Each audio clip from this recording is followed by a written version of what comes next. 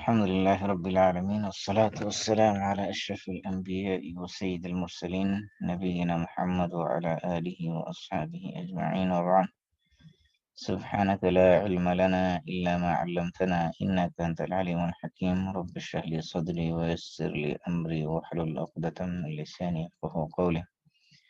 اللهم علمنا ما ينفعنا وانفعنا بما علمتنا وزدنا علما نافعا।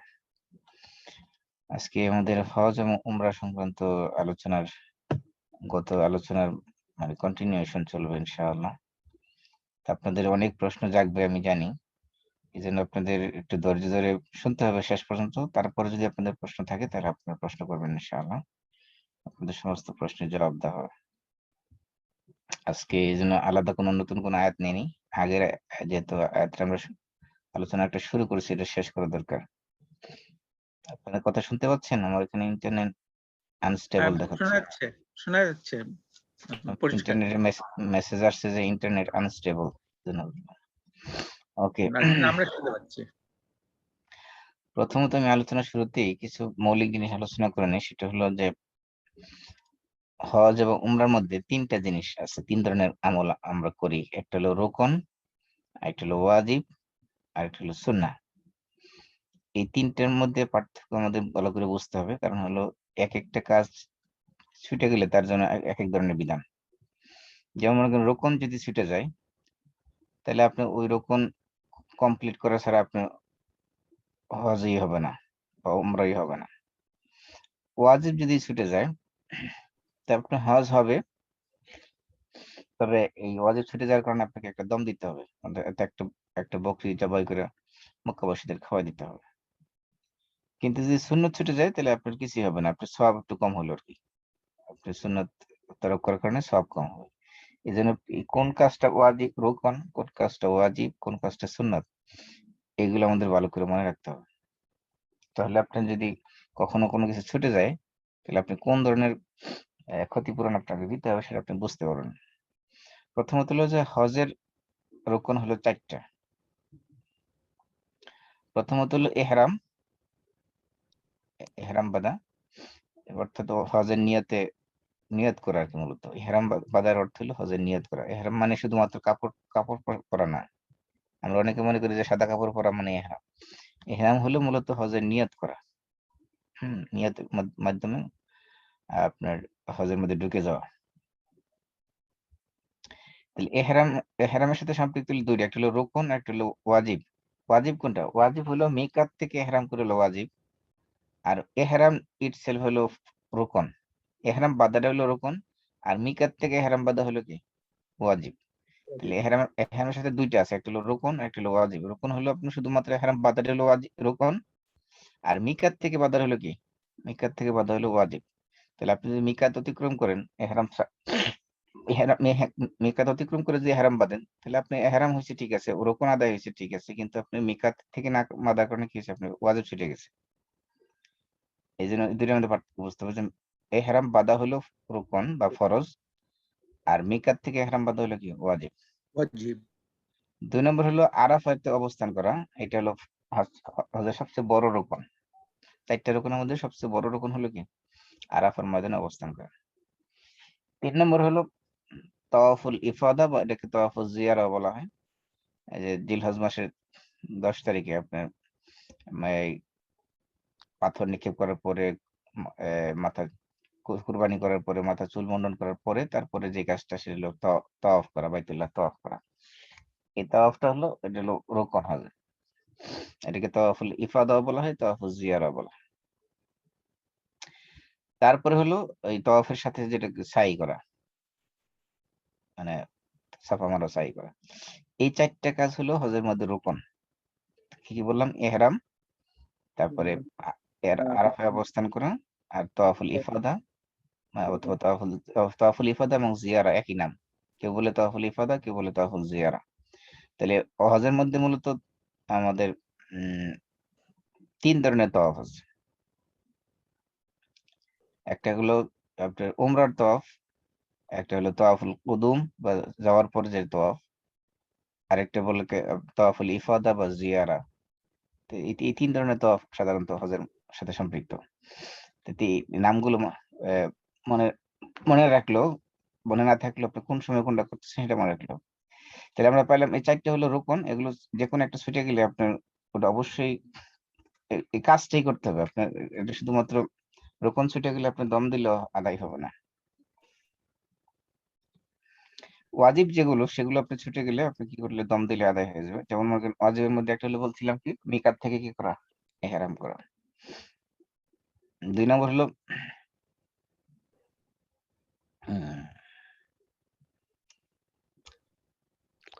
আরাফাতে আরাফাত, অবস্থান। না আরাফাতে অবস্থান করে তো ওয়াজিব মানে রোকন রুকন, বলছি। রুকন, জি। আরাফাতে অবস্থান করাটা হলো রোকন, কিন্তু যদি আরাফাতে কেউ আহ দিনের বেলা অবস্থান করে তাহলে তাকে সন্ধ্যা পর্যন্ত, তো সূর্য অস্ত যাওয়া আগ পর্যন্ত সেখানে থাকাটা হলো কি ওয়াজিব। ওয়াজিব। তাহলে আরাফায় অবস্থান করা হলো রোকন। খেয়াল করেন পার্থক্যটা বুঝুন। আরাফাতে অবস্থান করা হলো রোকন, অবস্থান করতে হবে মাস্ট, তাহলে হজই হবে না। কিন্তু আরাফাতে যদি আপনি দিনের বেলা যায় পৌঁছেন তাহলে আপনি সন্ধ্যা পর্যন্ত, সূর্য অস্ত যাওয়া পর্যন্ত অবস্থান করাটা হলো কি ওয়াজিব। সূর্য অস্ত যাওয়ার আগে আরাফাত ত্যাগ করা যাবে না। সূর্য অস্ত যাওয়ার পরে কি করতে হবে, আরাফাত থেকে রওনা দিতে হবে মুজদালিফার উদ্দেশ্যে।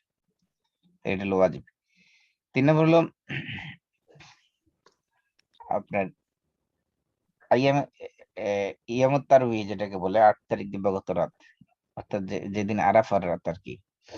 আরাফার রাত মানে আরাফা তো 9 তারিখে, 9 তারিখের আগের রাতটা যেটা আর কি।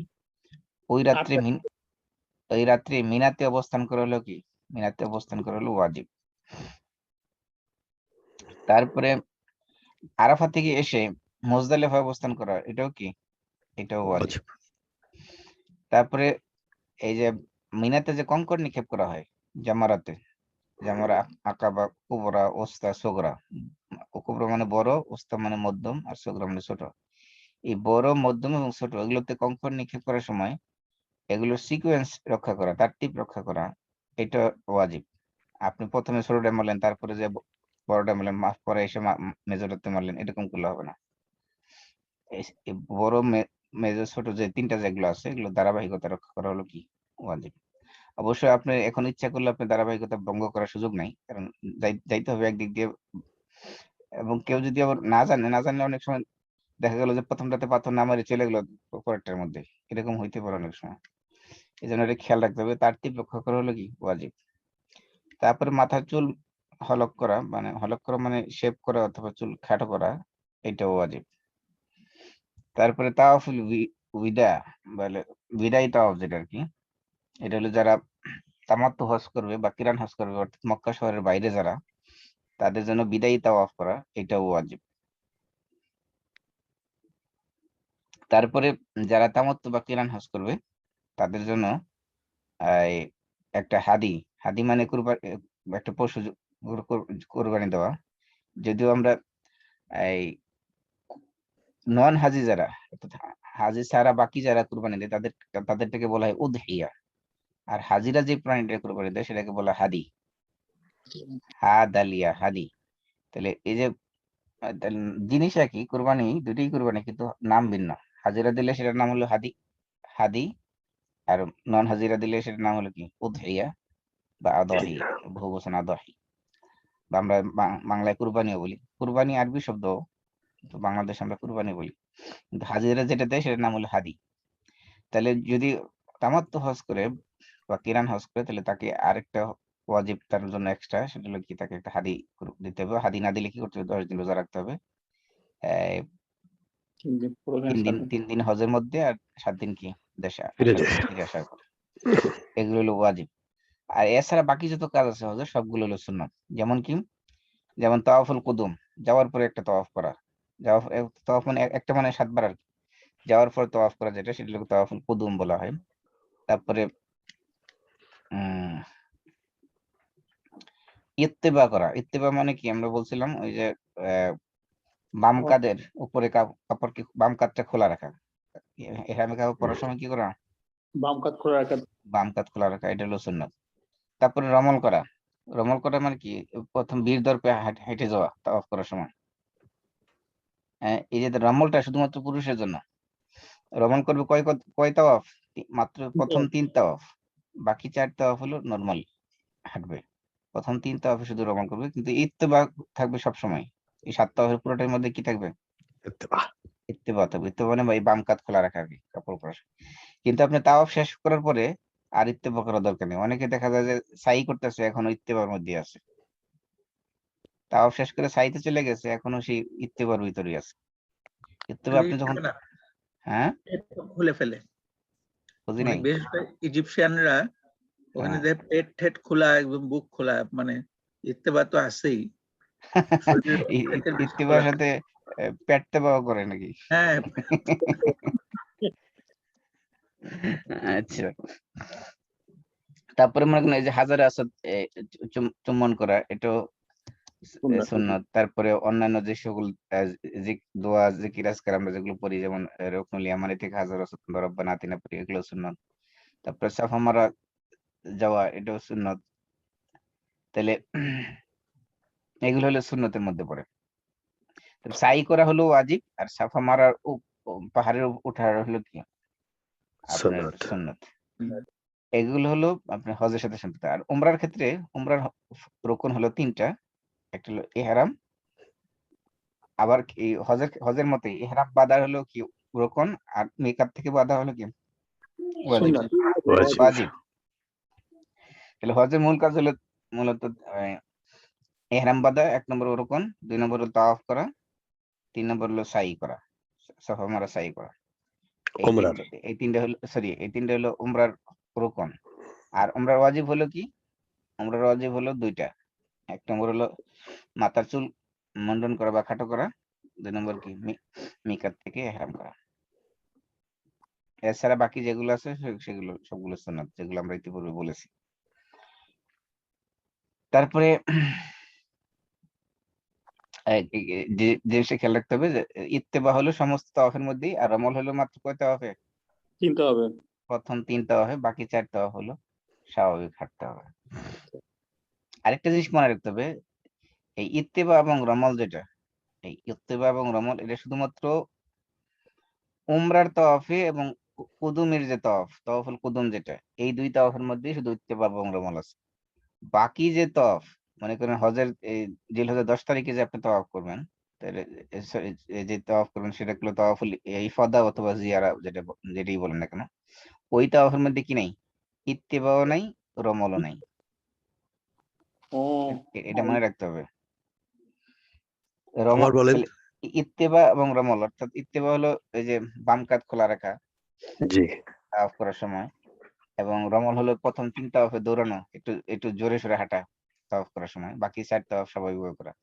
এই যে 2টা কাজ, ইত্তেবা করা এবং রমল করা, এটা শুধুমাত্র আপনি উমরা করার সময় যে তাওয়াফ করবেন ওই তাওয়াফের সময় করবেন, এবং কুদুমের তাওয়াফুল কুদুম যেটা, অর্থাৎ যাওয়ার পরে যে তাওয়াফটা করবেন ওইটার মধ্যে করবেন।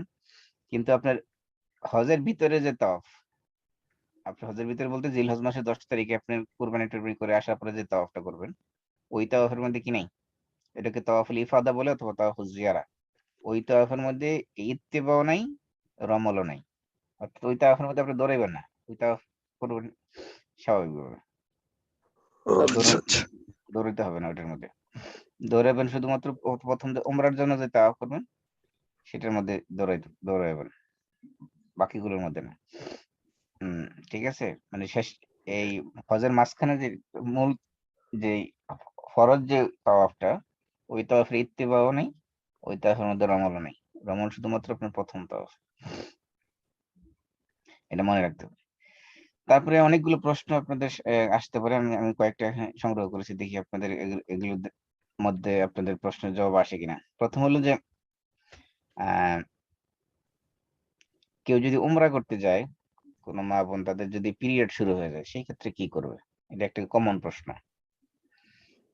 এই ক্ষেত্রে প্রশ্ন উত্তর হলো যে এই উমরা করতে গেলে সেই ক্ষেত্রে অপেক্ষা করতে হবে পিরিয়ড শেষ হওয়ার আগ পর্যন্ত। পিরিয়ড শেষ হলেই তার পবিত্র হওয়ার পরে কি করবে? উমরা করবে। এটা হলো উমরার ক্ষেত্রে। কিন্তু যদি হজের ক্ষেত্রে হয়, উমরার ক্ষেত্রে তো কোনো সময় নির্ধারিত নাই যে 1 দিনের মধ্যে বা 2 দিনের মধ্যে উমরা করতে হবে, কিন্তু হজের ক্ষেত্রে সময় নির্ধারিত। মনে করেন জিলহজ মাসের 8, 9, 10 এই 3 দিন হলো মূল কাজ। এখন ওই সময় যদি পিরিয়ড শুরু হয়ে যায়, তখন সেই ক্ষেত্রে কি করবে? অথবা মনে করেন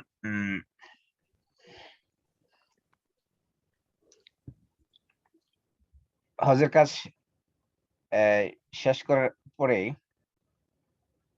সাধারণত বা যারা মক্কা শহরের বাইরে থেকে যারা যায় তারা সর্বশেষ একটা তাওয়াফ করে, সেটাকে বলে তাওয়াফুল বিদা। বিদা মানে বিদায়ী তাওয়াফ। এখন এই বিদায়ী তাওয়াফের সময় মনে করেন পিরিয়ড শুরু হয়ে গেল, সেই ক্ষেত্রে কি করবে? এখন তো ফ্লাইট নির্ধারিত যে ফ্লাইটের মধ্যে চলে যেতে হবে, এখন তো ওয়েট করার সময় নেই, সেই ক্ষেত্রে কি করবে? অনেক ইস্যু জড়িত আছে এর সাথে সম্পৃক্ত। এই জন্য প্রথম কথা হলো যে যদি হজের নিয়তে হজের সময় যদি কারো পিরিয়ড শুরু হয়ে যায়, সেক্ষেত্রে সে এহরাম বাঁধবে। এহরাম বাঁধার জন্য আরেকটা জিনিস মনে রাখতে হবে, এহরাম বাঁধার জন্য পবিত্রতা শর্ত না, জরুরি না। তারপরে আপনার সাই করার জন্য পবিত্রতা জরুরি না, শুধুমাত্র তাওয়াফ করার ক্ষেত্রে পবিত্রতা দরকার। এটা মনে রাখতে হবে ভালো করে।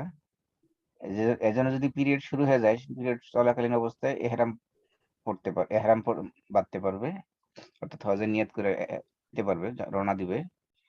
দেওয়ার পরে তাওয়াফ ছাড়া বাকি কাজ যা আছে সব করতে পারবে। বাকি মনে করেন তাওয়াফের পরে যে 2 রাকাত নামাজ সেটা পড়তে পারবে না, তাওয়াফ করা সেটা করতে পারবে না। বাকি কাজ কি কি আছে?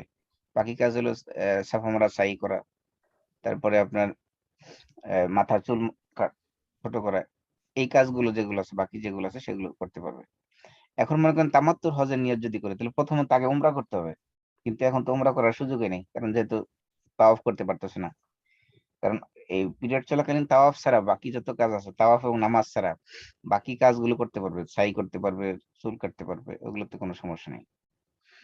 এখন যেহেতু তামাত্তু হজ করতে গেলে আগে উমরা করতে হবে, তারপরে হজের নিয়ত করবে। এই ক্ষেত্রে কি করবে? এই ক্ষেত্রে কি বলছে যে অধিকাংশ বক্তব্য মত হলো যে আপনি তাওয়াফ যেহেতু করতে পারতেছে না, সেই জন্য বাকি কাজ যেগুলো আছে সমস্ত কাজ করে ফেলবে। মনে করেন মিনা অবস্থান করা, আরাফায় যাওয়া, কঙ্কর নিক্ষেপ করা, তারপরে বাকি যত কাজ আছে হজের সমস্ত কাজ শেষ করে তারপরে যখন পিরিয়ড শেষ হবে তখন এসে কি করবে? তখন এসে তাওয়াফ করবে। এটা হলো একটা। কিন্তু এখন প্রশ্ন হলো, এই ক্ষেত্রে তো যদি চলে আসে তামাত্তুর ক্ষেত্রে নিয়ম হলো আগে উমরা করবে, তারপরে কি করবে? হজ করবে, হ্যাঁ, ঠিক কিনা? কিন্তু এখন তো ইয়ে হয়ে গেছে, এটার রিভার্স হয়ে গেছে। আগে হজ হয়ে গেছে, তারপরে কি হয়ে গেছে? তারপরে উমরা হয়ে গেছে। এখানে এই ক্ষেত্রে শুধুমাত্র নারীদের ক্ষেত্রে তাদের এই সমস্যার কারণে এটার পারমিশন দেওয়া আছে, এভাবে করতে পারবে, যেহেতু তার সমস্যার কারণে। আরেকটা জিনিস হলো যে তাওয়াফুল বিদা, যেটা বিদায়ী তাওয়াফ, যেটা এটা পিরিয়ড শুরু হয়ে গেলে এটা করতে হবে না। কারণ আল্লাহ রসুলের স্ত্রী সফিয়া যখন এরকম পিরিয়ড শুরু হয়ে গেছে, আল্লাহ রসুল তার ওই পিরিয়ড চলাকালীন সময়ে আল্লাহ রসুল তাকে নিয়ে চলে গেছেন। তার মানে কি তিনি ওই সময় তাওয়াফুল বিদা তাকে করার নাই। তার মানে বোঝা গেছে যে ওটা জরুরি না। বিদায়ী তাওয়াফ যদিও এটা ওয়াজিব, মানে মাত্র হজ যারা করবে বা কিরান যারা করবে তাদের জন্য, কিন্তু যদি পিরিয়ড শুরু হয়ে যায় ওই সময়, তাহলে আর বিদায়ী তাওয়াফ করতে হবে না, ওই অবস্থায় চলে আসতে পারবে বিদায়ী তাওয়াফ না করেই। তাহলে এটা একটা জটিল প্রশ্ন। এখন প্রশ্ন হলো যে যদি এমন হয়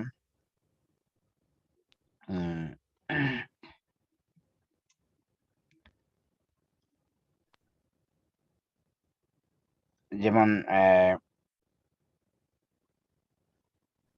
তাওয়াফ করতে পারে নাই, এর আগে ফ্লাইট ফিক্স হয়ে আছে তাওয়াফ করার আগেই, এই ক্ষেত্রে কি করবে? এই ক্ষেত্রে মনে করেন যে সে অপেক্ষা করছে পবিত্র হওয়ার জন্য, কিন্তু এমন অবস্থা হয়েছে যে এর মধ্যে পিরিয়ড বন্ধ হয় নাই, মানে তার পবিত্র হওয়ার সুযোগ হয় নাই। তো এই ক্ষেত্রে সে কি করবে? এই ক্ষেত্রে যেহেতু এটা জরুরি একটা অবস্থা, এখন এত টাকা খরচ করে গেছে সেখানে, এখন হজের কাজ কমপ্লিট না করে চলে আসবে, এটা তো হতে পারে না। এই জন্য অধিকাংশ বক্তব্য হলো এই ক্ষেত্রে সে নিজেকে ভালোভাবে ক্লিন করবে এবং প্রয়োজনীয় মানে কি বলে পদক্ষেপ নেবে, যাতে কোনো ধরনের এই নাপাকি বের না হয়। সে নিজেকে প্রোটেক্ট করে মূলত সে তা বাকি কাজ যেগুলো আছে সেগুলো তাওয়াফ, সাই, চুল কাটা এগুলো সব কাজ শেষ করবে। কারণ কি? কারণ হলো বলা হচ্ছে যে এই অবস্থায় তার তাওয়াফটা হলো জরুরতের মধ্যে পড়ে। আর আর একটা মূলনীতি আছে, সেটা হলো আর-দরুরাত তুবিহুল মাহজুরাত। যে নেসেসিটির কারণে অনেক সময় নিষিদ্ধ জিনিস কি হয়ে যায়? বৈধ ভালো হয়ে হয়ে যায়। যায়। জি, হারাম জিনিসও অনেক সময় হালাল হয়ে ভালো যায়। হয়ে যায়। অনেক জি, সময় নিষিদ্ধ জিনিসও জায়েজ হয়ে যায়। এই কারণে যেহেতু সে তার নেসেসিটির মধ্যে পড়ছে, এই কারণে এই অবস্থায় সে নিজেকে প্রোটেক্ট করে, যাতে করে কোনো ধরনের নাপাকি মসজিদের হারামে বা কাবার চত্বরে না পড়ে, সেইভাবে প্রোটেক্ট করে নিজেকে বাকি কাজগুলো করে আসতে পারবে। জায়েজ আছে এক্ষেত্রে। কিন্তু তাওয়াফুল বিদা, যেটা বিদায়ী তাওয়াফ, সেটা করতে হবে না কোনো অবস্থাতেই, যদি পিরিয়ড শুরু হয়ে যায় এক্ষেত্রে। এরপরে শুধু পিরিয়ড চলে না, যদি আপনার অক্ষম ব্যক্তি, যে অসুস্থ বা দুর্বল, তাকেও তার জন্য তাওয়াফুল বিদা করা জরুরি না, আবশ্যক না। যদিও এটা ওয়াজিব, এবং এই এই কারণে তাকে কোনো দমও দিতে হবে না, কোনো কিছু করতে হবে না। আচ্ছা, তারপরে হলো,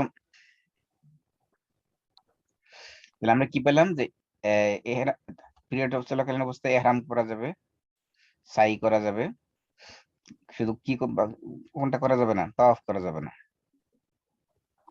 ঠিক আছে? জি, কি ওই মানে পিরিয়ড চলাকালে ওই মেকআপ থেকে এরাম পরার পরে যদি ওইটা হয়, পিরিয়ড শুরু হয়, তাহলে কি আবার তাকে নতুন করে এরাম না বাঁধার না, জন্য বললাম তো, এহরাম বাঁধার জন্য তাকে কিছুই করতে হবে না, পবিত্রতা অর্জন করতে হবে না। এমনকি সে যদি মনে করেন আপনার হজের উমরা যারা নিয়ত করেছেন, এখন আপনার বাসা থেকে রওনা দেওয়ার আগেই পিরিয়ড শুরু হয়ে গেছে, তো এই অবস্থায় কি করবে? এই অবস্থায় এহরাম পড়বে। এহরাম পড়বে মানে মহিলাদের তো আলাদা কোনো এহরামের কাপড় নেই, জাস্ট নিয়ত করবে হ্যাঁ, ওই যে লাব্বাইক উমরা।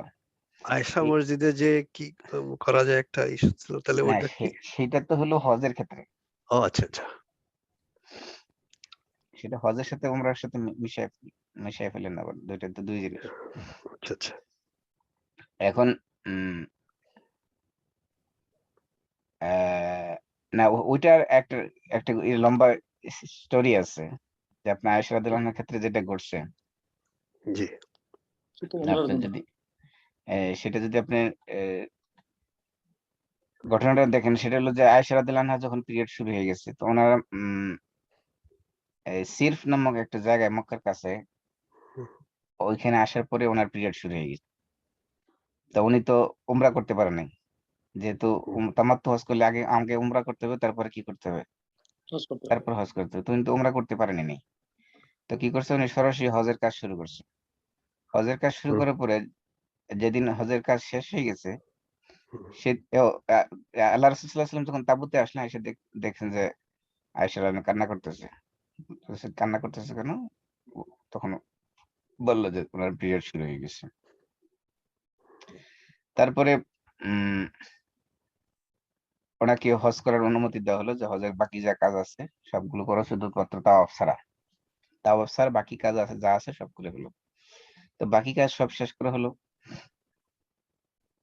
তারপরে এর হজের কাজ শেষ করার পরে হজের তাওয়াফ যেগুলো সবই শেষ করা হলো। তারপরে যখন বিদায় নিবেন রাসূল সাল্লাল্লাহু আলাইহি ওয়াসাল্লাম, তখনও উনি তাঁবুতে আসলেন, এসে দেখেন যে উনি কান্নাকাটি করতেন। তখন জিজ্ঞেস করলো যে কান্নাকাটি কেন করতেছো? বলে যে সবাই তামাত্তু করে যাচ্ছে, হজ এবং উমরা দুইটা নিয়ে যাচ্ছে, আমি শুধু হজ নিয়ে যাচ্ছি, এই কষ্টে আমি কাঁদতেছি। তখন আল্লাহ রাসূল সাল্লাল্লাহু আলাইহি ওয়াসাল্লাম আয়েশা রাদিয়াল্লাহু আনহার ভাই আব্দুর রহমান ইবনে আবু বকর, ওনাকে বললেন যে তুমি তোমার ওটের পিছনে করে তাকে নিয়ে যাও তানঈমে। তানঈম, যেটা বর্তমানে মসজিদে আয়েশা বলি আমরা আর কি। ওই তানঈমে নিয়ে গেলেন, সেখান থেকে এহরাম বেঁধে আয়েশা তারপরে আবার একটা উমরা করলেন। তাহলে এখানে উমরা কি আগে করছেন না পরে করছেন? পরে পরে পরে। তাহলে হজের কাজ আগে করছেন, তারপরে কি করছেন? আমরা হয়ে তারপরে গেছে। উমরা করছেন। এখানে রাসূল সাল্লাল্লাহু আলাইহি ওয়াসাল্লাম স্পেশাল পারমিশন দিয়েছেন, এই যে এদের নেসেসিটির কারণে। এই জন্য এটা মহিলাদের ক্ষেত্রে, বিশেষ করে যাদের এই ধরনের সমস্যা হবে, তাদের জন্য এটা প্রযোজ্য, এটা পুরুষের জন্য না। ওকে, তারপরে হলো আহ,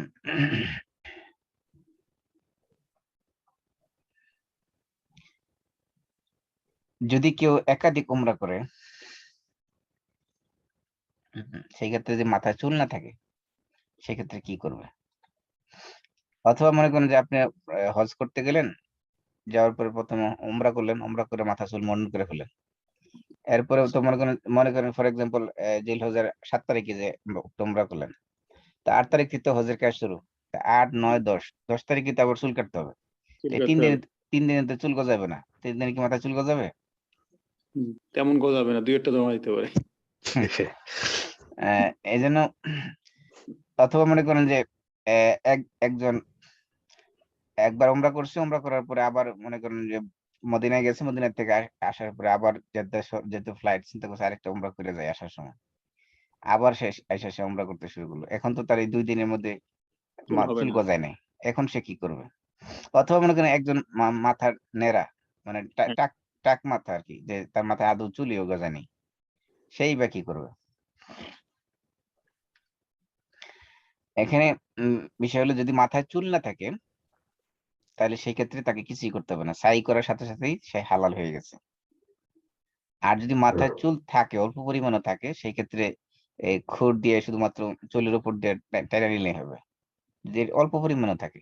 আর যদি আদৌ কোনো চুল না থাকে তাহলে শুধুমাত্র খুর চালানোর কোনো দরকার নেই। এটা বলা হয়েছে এটা আবাস, এটা অহেতুক কাজ। যেহেতু মাথায় চুলই নেই, শুধু শুধু মানে খুর চালায় নাপিত থেকে পয়সা দেওয়া, এটার একটা অনর্থক কাজ বলা হয়েছে।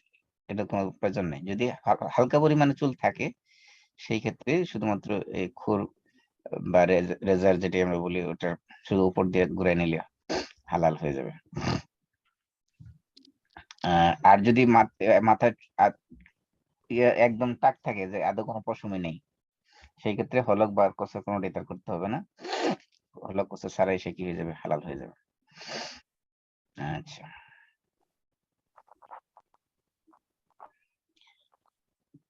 এরপরে প্রশ্ন হলো, মনে করেন কেউ একজন হজের কাজ শেষ করছে কিন্তু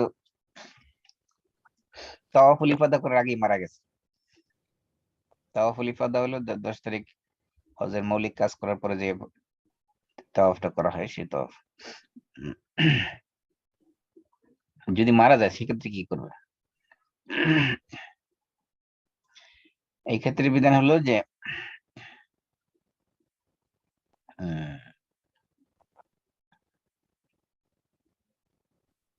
একটা ঘটনা আছে, সেটা হলো ইবনে আব্বাস থেকে বর্ণিত আছে যে বাইনামা রাজুলুন ওয়াকিফুন মা রাসূল সাল্লাল্লাহু আলাইহি ওয়াসাল্লাম ইযা ওয়াকা আলা রাহিলাতিহি ফাওয়াকাসাতহু ফামাত। যে এক রাসূল, ইবনে আব্বাস বলতেছেন রাসূল সাল্লাল্লাহু আলাইহি ওয়াসাল্লামের সময়ে এক লোক রাসূলের পাশে দাঁড়ানো ছিল। হ্যাঁ, তখন একটা লোক তার বাহন থেকে পড়ে গেল। পড়ে যাওয়ার পরে ওই প্রাণী তার শরীরের মধ্যে আঘাত করলো। আঘাত করার পরে লোকটা মারাই গেল। তখন আল্লাহ রাসূল তাকে বললেন যে, সাহাবীদেরকে বললেন ইগসিলুহু বিমাইন ওয়া সিদরিন, তাকে পানি দিয়ে এবং বরই পাতা দিয়ে তাকে গোসল করাও। ওয়া কাফিনুহু ফি সাওবাইহি, এবং তাকে 2টি কাপড়ে তাকে কাফন পরাও। ওয়ালা তাহনিতুহু ওয়ালা তুখাম্মিরু রাসাহু, তাকে সুগন্ধি পরা দিও না এবং তার এই মাথা ডাইকো না। কারণ কি? কারণ সে ইহরাম অবস্থায় যেহেতু আছে, ইহরাম অবস্থায় সুগন্ধি দেওয়া যাবে না, মাথা ঢাকা যাবে না এই অবস্থায়। কারণ আল্লাহ রাসূল বলছেন যে ফাইনাল্লাহা ইয়াবআসু ইয়াউমাল কিয়ামাতি মুলাব্বিয়ান, কিয়ামতের দিন আল্লাহ তাআলা তাকে এমন অবস্থায় তুলবেন। এটা বুখারী এবং মুসলিম হাদিস। বলা হচ্ছে যে সে তালবিয়া পড়তে পড়তে হাশরের ময়দানে উঠবে। তাহলে এইখানে বোঝা গেছে যে রাসূল সাল্লাল্লাহু আলাইহি ওয়াসাল্লাম যেহেতু ওই লোককে দাফন করতে বলা হয়েছে, কিন্তু তার পক্ষ থেকে তাওয়াফ করতে বা কোনো কিছু করতে আদেশ করেন নাই। তার মানে বোঝা গেছে কি, যে দরকার কেউ নেই। যদি মারা যায় তার জন্য কি লাগবে না? তাওয়াফ লাগবে না। তারপরে প্রশ্ন আসতে পারে যে আপনি হজ কখন ফরজ করা হয়েছে? হজ কখন ফরজ হয়েছে এই নিয়ে অনেক ধরনের মতভেদ আছে। কেউ বলছে 5ম হিজরিতে, কেউ বলছে 6ষ্ঠ হিজরিতে, কেউ বলছে 9ম হিজরিতে, কেউ বলছে 11তম হিজরিতে। তো নির্ভরযোগ্য কথা হলো হজ ফরজ হয়েছে 9ম হিজরিতে। তো রাসূল সাল্লাল্লাহু আলাইহি ওয়াসাল্লাম এই 9ম হিজরিতে হজ ফরজ হওয়া সত্ত্বেও তিনি হজ করতে বিলম্ব করেছেন কি কারণে? এর কয়েকটা কারণ আছে। নবম হিজরিতে হজ ফরজ হওয়া সত্ত্বেও, যদিও হজ আমরা জানি যে হজ যখন কারো ফরজ হবে এটা তাৎক্ষণিকভাবে আদায় করে তার উপর ওয়াজিব হয়ে যায়। রাসূল সাল্লাল্লাহু আলাইহি ওয়াসাল্লাম নবম হিজরি হজ ফরজ হওয়া সত্ত্বেও নবম হিজরিতে হজ কেন করেননি? এখানে দুইটা কারণ বলা বলা হয়েছে। এক নম্বর হলো যে রাসূল সাল্লাল্লাহু আলাইহি ওয়াসাল্লামের কাছে ওই নবম হিজরিতে প্রচুর পরিমাণে বিদেশি ডেলিগেট রাসূলের কাছে আসতো। রাসূল সাল্লাল্লাহু আলাইহি ওয়াসাল্লাম এবং এ মুসলমানদের মধ্যে যেহেতু রাসূল সাল্লাল্লাহু আলাইহি ওয়াসাল্লাম তো জানতেন যে ওনার মৃত্যু সময় ঘনিয়ে আসতেছে। এজন্য ইসলাম মানুষের কাছে পৌঁছানোটা বেশি গুরুত্ব দিয়েছেন উনি। আরেকটা কারণ ছিল যে এই নবম বছরে যখন হজ ফরজ করা হয়েছিল তখন মুশরিকরাও হজ করতো। আল্লাহ রাসূল চাইছিলেন যে এমন একটা সময় আসবে যখন কোনো মুশরিকরা আর হজের মধ্যে থাকবে না, শুধু মুসলমানরাই কি করবে, এককভাবে হজ করবে। আরেকটা জিনিস হলো যে মুশরিকরা যখন হজ করতো তারা উলঙ্গ অবস্থায় তাওয়াফ করতো এবং শুধুমাত্র কুরাইশদের পক্ষ থেকে কুরাইশদের পক্ষ থেকে যদি কোনো কাপড় দেওয়া হতো তাহলে সেই কাপড় পরে তাওয়াফ করা যেত, অন্য কোনো কাপড় দিয়ে তাওয়াফ করা আহ, অনুমোদন ছিল না। এই জন্য যারা কাপড় পাইতো না তারা উলঙ্গ অবস্থায় তাওয়াফ করতো, নারী পুরুষ সবাই। এই জন্য আল্লাহ রাসূল সাল্লাল্লাহু আলাইহি ওয়াসাল্লাম চাইছিলেন যে উম, মক্কা বিজয় হওয়ার পরেই কি হবে, এই হজ করবেন। শুধুমাত্র মুসলমানরা সেখানে কি করবে, তাওয়াফ করবে, সেখানে কোনো মুশরিকরা থাকবে না। এরপরে প্রশ্ন হতে পারে যে আপনার কাবা ঘরকে চুম্বন করা, এটা এটা কতটা উম শরীয়ত সম্মত? হজ বা উমরা করার সময় অনেকে আছে কাবার গিলাফ ধরে চুমা খায়। হুম, এটা আসলে শরীয়ত সম্মত কিনা? প্রথম কথা হলো যে শরীয়তের বিধান যেটা রাসূল সাল্লাল্লাহু আলাইহি ওয়াসাল্লাম যেটা করেছেন সেটা হলো শুধু হাজারো আসওয়াদকে চুম্বন খেয়েছেন। কাবা ঘরের গিলাফ ধরে চুমু খেয়েছেন বা কাবা ঘরের মাঝে চুমু খেয়েছেন এরকম কোনো হাদিস দ্বারা প্রমাণিত নাই। তখন মনে এই হয় জন্য গিলাফ ছিল না মাসুম ভাই, তাই না? হ্যাঁ, সেটাই।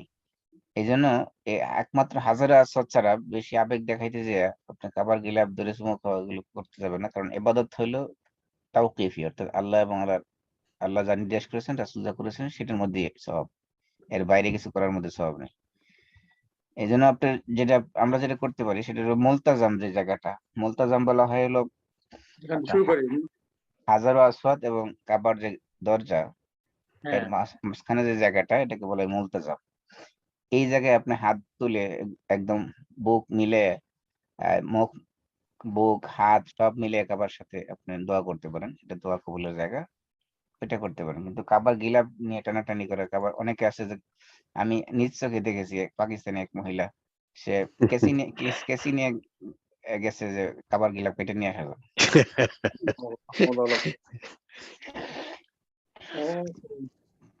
দরজার সামনে হাগান যাবে। এই জন্য দেখবেন যে আপনার হজের মৌসুমে হজের সময় দেখবেন যে কাবার গিলাফ অনেক উপরে উঠে ফেলে, মানে মানুষের হাতের নাগালে পাইবে না, এত উপরে তুলে ফেলে। কারণ অন্য সময় তো পুলিশ পাহারা দেয়, কিন্তু হজের মধ্যে এত লক্ষ লক্ষ মানুষের ভিতরে পাহারা দেওয়া সম্ভব না, যেন কাবার গিলাফ উপরে তুলে রাখে। আর ওই যে ইসের কথা বলছেন, ওই কভার দেয়ালে ওখানে তো চান্স পাওয়া যায় না, আর লোকজন যায় যে বুকটাকে দাঁড়ায় নড়ে না, তো পুলিশরা না, আমি ওইখানে বললাম, দাঁড়ায় থাকলে আপনি চান্স পাবেন, দাঁড়ায় থাকলে চান্স হয়ে হ্যাঁ, যায়। তো কখন পুলিশকে বললাম যে তুমি ওই যে সুরতা দাঁড়ায় আছে যে তুমি এদের সরাই দাও না, আমরা চান্স পাবো। ও বললো যে না, আমি কিছু করতে পারবো না। পুলিশ করলে তো সারাদিন তার এই কাজই করতে হবে। আচ্ছা, তারপরে প্রশ্ন হতে পারে It's okay, বললাম। আহ,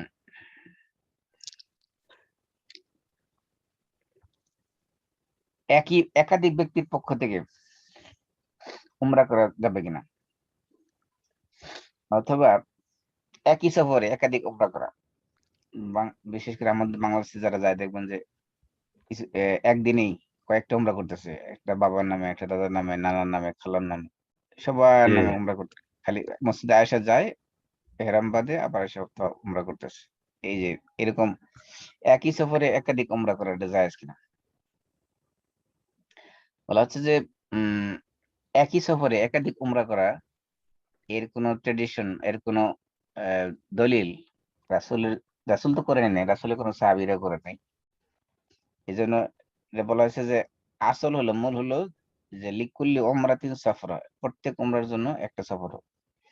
এখন একটা সফর কি আপনার দেশের থেকে হইতে হবে জরুরি না। মনে করেন যে আপনি উম একটা উমরা করলেন, তারপরে মনে করেন জেদ্দা শহরে গেলেন বা মদিনায় গেলেন, এরপরে আবার আসলেন, এই সময় আবার আসার সময় বাইরের থেকে যখন ঢুকবেন তখন আরেকটা হেরাম করে আসলেন, আরেকবার উমরা করতে পারবেন। কিন্তু মক্কাতে বাইরে যে তানঈমে যে মানে মসজিদ আয়েশা যে বারবার তাওয়াফ করে আসা, উমরা করা, এই ধরনের কোনো সিস্টেম কোনো রাসূলের যুগে ছিল না, রাসূলও করেন নাই, রাসূলের সাহাবীরা করেন নাই। এই জন্য আপনি যেটা করতে পারেন যে মনে করেন ফর এক্সাম্পল আপনি যদি জেদ্দা দিয়ে যান, তো জেদ্দা থেকে মক্কায় যাওয়ার সময় আপনি একটা তাওয়াফ একটা উমরা করলেন, আর এরপরে মনে করেন আবার মদিনা জিয়ারত করতে গেলেন, মদিনা থেকে আসার পথে আরেকটা উমরা করলেন, তাহলে আপনি দুইটা উমরা হয়ে গেল। অথবা যদি আপনি এরকম যে আপনি মদিনা দিয়ে গেলেন, সেই ক্ষেত্রে আপনি মদিনার থেকে যাওয়ার সময় উমরা করলেন, এরপরে মনে করেন আবার জেদ্দা শহরে কিছু কেনাকাটা করতে গেলেন, আসার জেদ্দা থেকে আবার মক্কায় গেলেন, সেক্ষেত্রে আরেকটা উমরা করতে পারেন। অর্থাৎ আপনার মূল কথা হলো যে আপনি একই সফরে একবারে যাতে দুইটা না হয়, একাধিক না হয়, এটা সেদিকে খেয়াল রাখবেন। ওই ক্ষেত্রে আপনি যদি মক্কা শহর থেকে বেরিয়ে যান, অন্য কোনো শহর থেকে ঘুরে আসেন, সেই ক্ষেত্রে আপনি উমরা করতে পারবেন, সমস্যা নেই। তারপরে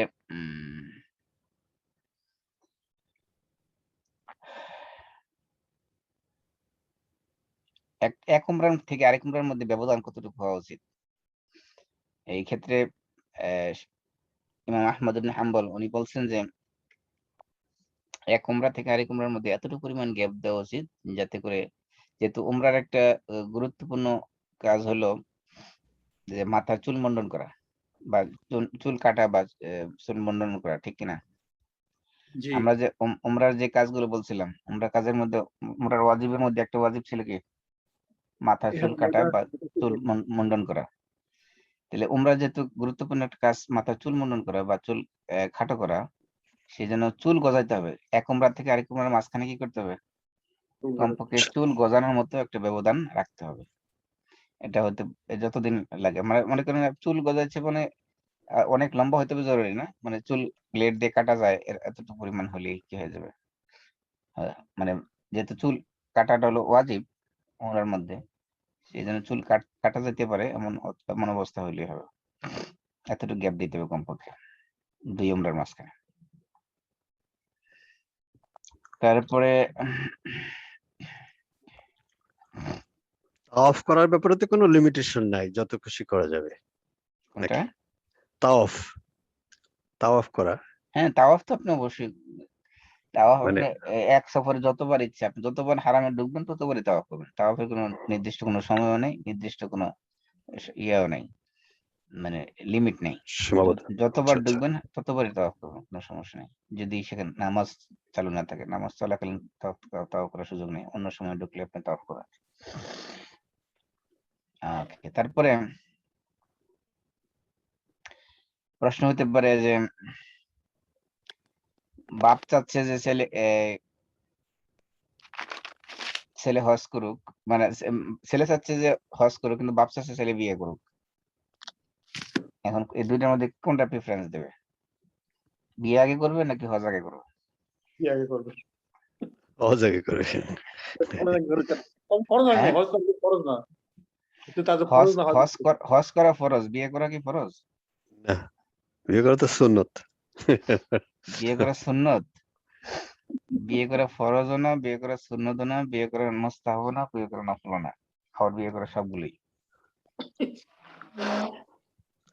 তার মানে কি বিয়ের বিধানটা হলো এটা ব্যক্তির সাথে সম্পৃক্ত, আবার বিয়ে করা কোনো কোনো ক্ষেত্রে হারামও। তার মানে বিয়ে ফরজ হইতে পারে, বিয়ে সুন্নত হইতে পারে, বিয়ে মুবাহ মানে মুস্তাহাব হইতে পারে, বিয়ে হারামও হইতে পারে, সব বিধানে বিয়ের ক্ষেত্রে কার্যকর হইতে পারে।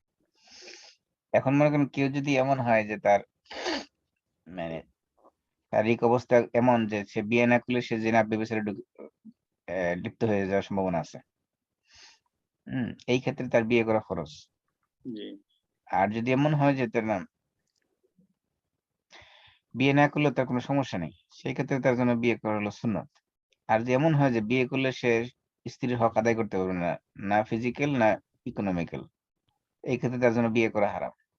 হারাম, হ্যাঁ। এই জন্য বিয়ের বিষয়টা হলো ম্যান টু ম্যান ভেরি করে।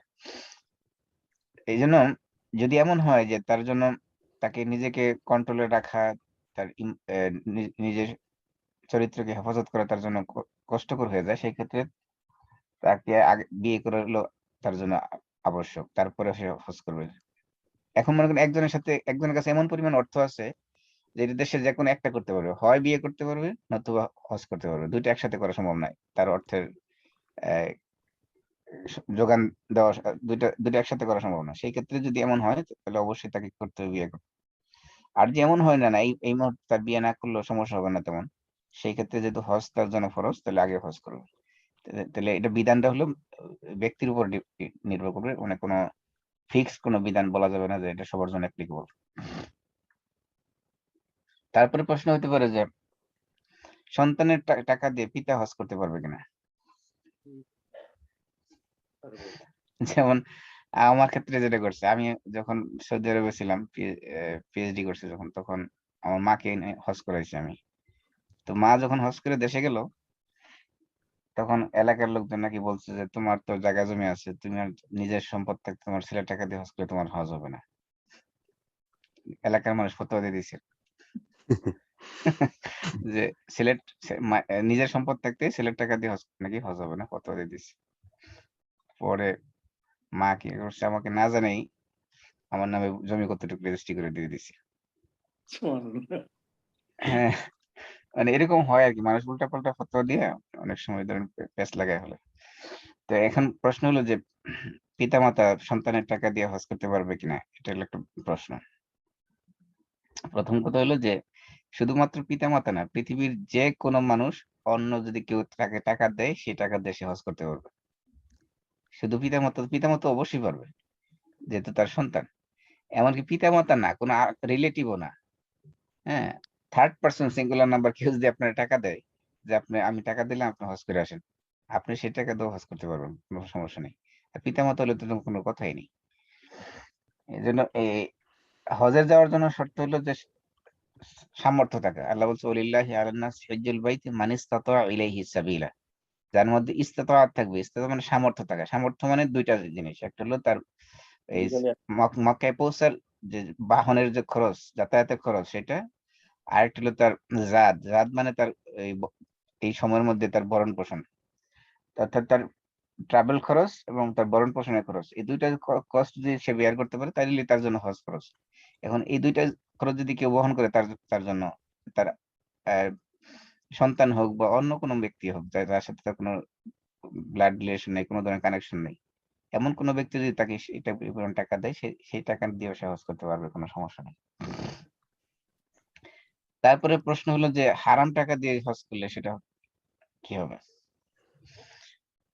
বাংলাদেশে অনেকে আছে যে সরকারি চাকরি করে, সারা বছর ঘুষ ঘুষ খায়, কিন্তু আহ, বাপের রেখে যাওয়া জমি বিক্রি করে ওপরে হজ করে, আছে না অনেকে। জি জি। প্রথম কথা হলো যে ইন্নাল্লাহ তাইয়্যিব, আল্লাহ রাসূল বলেছেন ইন্নাল্লাহ তাইয়্যিব লা ইয়াকবালু ইল্লা তাইয়্যিবা। আল্লাহ তাআলা নিজে পবিত্র, তিনি পবিত্র ছাড়া কোনো জিনিস গ্রহণ করেন না। এজন্য হারাম সম্পদ থেকে আপনি হজ করলে সে হজ কবুল না হওয়ার সম্ভাবনাই বেশি। এখন প্রশ্ন হলো আহ, এক লোক প্রশ্ন করছে যে সে বিড়ির দোকানে চাকরি করে, বা বিড়ি কোম্পানিতে বা সিগারেট কোম্পানিতে চাকরি করে, অথবা মনে করেন মদের কোম্পানিতে সে চাকরি করে, তাহলে তার তো ইনকামটা পুরোটাই হারাম। এখন সে হজ করার জন্য নিয়ত করছে এবং সে তার ফ্লাইট সব ফিক্স হয়ে গেছে, এবং এখন হজের ইয়েও পেয়ে গেছে, অনুমোদনও পেয়ে গেছে, সবকিছু পাসপোর্ট ভিসাও লেগে গেছে, সবকিছু ফাইনাল। এখন সে জানতে পারছে যে তার এই টাকা তো হজ করলে হজ হবে না, এখন সে কি করবে। জটিল প্রশ্ন। প্রথম এই জন্য সৌদি শেখরা ফতোয়া দিয়েছিল এই ব্যাপারে যে এই ক্ষেত্রে সে যেহেতু হারাম টাকা দিয়ে হজ করলে হজ হবে না, সে তার যে ইনকাম আছে ওই ইনকাম থেকে সে যে পরিমাণ টাকা তার হজ করতে লাগবে, এই পরিমাণ টাকা সে কর্জ হিসেবে নেবে। হুম।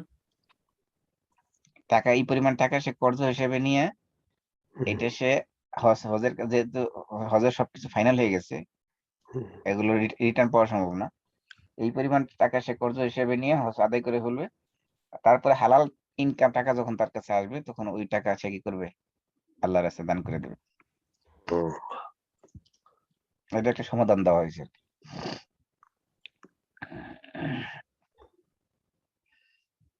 তারপরে প্রশ্ন আসতে পারে যে যদি উমরা করতে যেয়ে মনে করেন হাজব্যান্ড ওয়াইফ দুজন উমরা করতে গেছে, কিন্তু এহরাম অবস্থায় স্বামী স্ত্রী মিলন হয়ে গেছে, এই ক্ষেত্রে কি হবে? প্রথম দম কথা দিতে হলো হবে। প্রথম কথা হলো যে হজ এবং উমরা এই দুইটা যে কোনো অবস্থাতেই সবচেয়ে মানে সিভিয়ার অপরাধ যেটা, সেটা হলো স্বামী স্ত্রী মিলন, এই এই হজ এবং উমরার এহরাম অবস্থায়।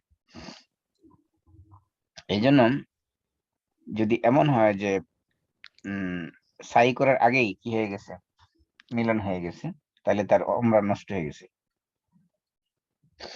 তবে এই ক্ষেত্রে উমরা যেহেতু নষ্ট হয়ে গেছে, এখন কি করবে? এখন উমরার বাকি কাজ যা আছে সব তাকে কমপ্লিট করতে হবে। তারপরে আবার কি করতে হবে? তারপরে আবার নতুন করে এহরাম বেঁধে আবার উমরা করতে হবে, এবং সে যে অপরাধ করেছে, অপরাধ করার কারণে কি করতে হবে? তাকে দম দিতে হবে। তাহলে তার মানে হলো উমরা নষ্ট করার কারণে সেটা কাজা করতে হবে, আবার কি করতে হবে? এই অপরাধের কারণে দমও দিতে হবে, দুইটাই করতে হবে।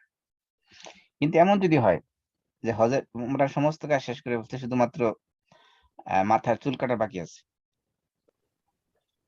এই অবস্থায় যদি কি হয়, মিলন হয়, সেক্ষেত্রে কি হবে? বলছে এই ক্ষেত্রে এমন অবস্থা হলে তার উমরা নষ্ট হবে না, তবে শুধু তাকে কি করতে হবে? তাকে ফিদিয়া দিতে হবে। ফিদিয়া হলো ঠিক তিনটা অপশন আছে, তিনটার যে কোনো একটা অপশন সে নিতে পারবে। হয় দাম দিবে, মানে একটা বকরি জবাই করে খাওয়াই দেবে মক্কাবাসীদেরকে, একটা দম দিবে, অথবা 3 দিন রোজা রাখবে, অথবা 6 জন মিসকিনকে খাবার দেবে। এই তিনটার যে কোনো একটা করতে পারো।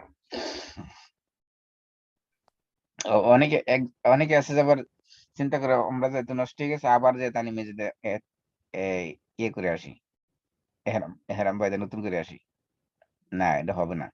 কারণ একবার যখন এহরাম বাঁধবে, ওই এহরাম বাঁধার পরে সমস্ত কাজ শেষ হওয়ার আগ পর্যন্ত ওই এহরাম অবস্থায় থাকবে। এই জন্য আপনি যদি একজন এরকম করছে যে স্বামী স্ত্রী মিলন হয়ে গেছে, এখন কি করছে, ওই অবস্থায় এহরাম অবস্থায় আবার কি করছে, আবার তানি মেজে আবার নতুন করে এহরাম করে আসছে, তাহলে আপনি ওই ওই অবস্থায় এহরাম 10 বার করলে কি হবে? না, কোনো লাভ হবে না। প্রথম প্রথম যে এহরাম বাঁধছে, ওই এহরামের থেকে উমরার কাজ সম্পূর্ণ শেষ করতে হবে। কিন্তু মাঝখানে যে উমরা নষ্ট হয়ে গেছে, নষ্ট হওয়ার পরেও বাকি কাজটা কন্টিনিউ করতে হবে, শেষ পর্যন্ত যাইতে হবে। শেষ পর্যন্ত শেষ করার পরে তারপরে যে কি করতে হবে, নতুন করে উমরা করতে হবে, তারপরে দম দিতে হবে, এগুলো পরে করতে হবে। কিন্তু এহরামের অবস্থায় এক এহরামের উপর আরেক এহরাম কি করা যাবে না, আরেক এহরাম নিয়ত করা যাবে না। ওভারল্যাপ করা যাবে না। আচ্ছা। তারপরে হলো এক লোক মনে করেন মান্নাত করছে যে সে একাধিক উমরা করবে এক সফরে। মান্নাত করছে কি একই সফরে একাধিক উমরা করবে, এই ক্ষেত্রে কি করবে? কারণ আমি একটু আগে বলেছিলাম কি এক এক সফরে উমরা কয়টা?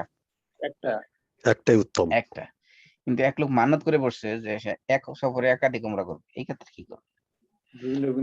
প্রথম কথা হলো যে ইসলামে মান্নাত করাটাকে মাকরু বলা হয়েছে। আল্লাহ রাসূল সাল্লাল্লাহু আলাইহি ওয়াসাল্লাম বলছেন হ্যাঁ, যে ইন্নাহু লা ইয়ারুদ্দু শাইআন ওয়া ইন্নামা ইউস্তাখরাজু বিহি মিনাল বাখিল। যে মান্নতের মাধ্যমে, এটা বুখারী এবং মুসলিমের হাদিস, মান্নতের মাধ্যমে আল্লাহ তাআলা কোনো কিছু পরিবর্তন করেন না। আপনি মানত করছেন বলে এটা হয়ে যাবে, বিষয়টা এমন না। আপনার তাকদিরে যা লেখা আছে তাই হবে। আল্লাহ রাসূল বলছেন যে ইস্তাখরাজু বিহি মিনাল বাখিল, মানে কি এই মান্নতের মাধ্যমে আল্লাহ তাআলা বখিল যারা, কৃপণ যারা, তাদের কাছ থেকে সম্পদ বের করেন। মনে করেন মনে করেন যে একজন মান্নাত করলো যে আমার ছেলে যদি গোল্ডেন এ প্লাস পায়, আমি একটা বকরি জবাই দিয়ে খাওয়াবো। গোল্ডেন এ প্লাস সেই মানত করলেও পাইতো, না করলেও পাইতো। এরকম না যে সে মানত করার কারণে পেয়ে গেছে। এটা ওই বখিলের কাছ থেকে আল্লাহ তাআলা এই সম্পদটা বের করছেন তার মান্নতের মাধ্যমে। এজন্য মান্নাতকে ইসলাম কখনো উৎসাহিত করে নাই, মান্নাত করাকে সবসময় অনুচ্ছেদ করেছে, এবং মান্নাত করাকে মাকরু বলা হয়েছে। তাহলে এখানে সে দুইটা জিনিস নিষিদ্ধ দুইটা কাজ করছে। এক নম্বর হলো যে নিষিদ্ধ, মান্নাত করা নিষিদ্ধ, এটা করছে। 2 নম্বরে একই সফরে একাধিক উমরা করা নিষিদ্ধ, সেটাও করছে। এই ক্ষেত্রে কি করব? দ্বিতীয় কথা হলো যে যেহেতু মান্যত করে বসছে, আর মান্যত যখন করা হয়ে যায় তখন কিন্তু সেটা ওয়াজিব, পূরণ করা কি হয়ে যায়, আবশ্যক ওয়াজিব। হয়ে যায়। যদিও মান্যত করা মাকরু, কিন্তু মান্যত করে ফেললে যদি সেটা বৈধ কাজের মান্যত হয়, তো সেটা করা তার জন্য কি ওয়াজিব। ওয়াজিব। কারণ আল্লাহ রাসূল বলেছেন যে মান নাযারা আইয়ুতি আল্লাহ ফালিয়ুতিহু, যে ব্যক্তি মান্যত করেছে আল্লাহর আনুগত্য করার জন্য, সে যাতে সেটা কন্টিনিউ করে, পরিপূর্ণ করে। সেই জন্য এই ক্ষেত্রে আহ যদিও এই কাজটা সে মানে মাকরু কাজ করেছে, তারপরেও তার জন্য এই মান্যত পূরণ করা কি আছে, তার জন্য জায়েজ আছে। সে এই ক্ষেত্রে একই সফর কি করতে পারবে, একাধিক ওমরা আদায় করতে পারবে তার মান্যত পূরণ করার উদ্দেশ্যে। কারণ এমনও তো হইতে পারে সে যদি দেশে ফিরে যায়, আরেকবার যে আসতে পারবে তার ফাইন্যান্সিয়াল সাপোর্ট সামর্থ্য নাও থাকতে পারে, অথবা সে মারাও যেতে পারে। এই জন্য যে তার এই মান্যত পূরণ করার সুযোগ দেওয়ার জন্য বলা হয়েছে যে এই ক্ষেত্রে সে কি করতে পারবে, একই সফরে একাধিক ওমরা তার জন্য জায়েজ আছে। এই ক্ষেত্রে সে তানঈম থেকে, অর্থাৎ যেটা মসজিদে আয়েশা বলি আমরা, সেখান থেকে সে উমরা ইহরাম বেঁধে উমরা করতে পারবে। তারপরে প্রশ্ন হতে পারে যে আপনার হজ যে করবে তার জন্য কুরবানি দেওয়া আবশ্যক কিনা। প্রথম কথা হলো যে আমরা একটু আগে বলেছিলাম যে যিনি হজ করবে, হাজির জন্য কি নাই, হাজির জন্য কুরবানি, তার জন্য হলো হাদি। হাদি হলো যেটা হাজি সাহেবরা যে প্রাণী যেটা জবাই দেয় 10 তারিখে, সেটাকে হাদি বলা হয়। আর নন হাজি যারা, তাদের ক্ষেত্রে উদহিয়া বা কুরবানি বলা হয় আমরা। তো হাজির জন্য কুরবানি নাই, কারণ হলো এক নম্বর হলো যে হাজির জন্য ঈদের নামাজ নেই। হাজিরা ঈদের নামাজ পড়ে না। পড়ে না, তাদের জন্য ঈদের নামাজ নেই। দুই নম্বর হাজি সে হলো মুসাফির, মুসাফিরের জন্য কি নাই, কুরবানি নেই। কুরবানি হলো কাদের জন্য, মুকিম যারা, তাদের জন্য। এই জন্য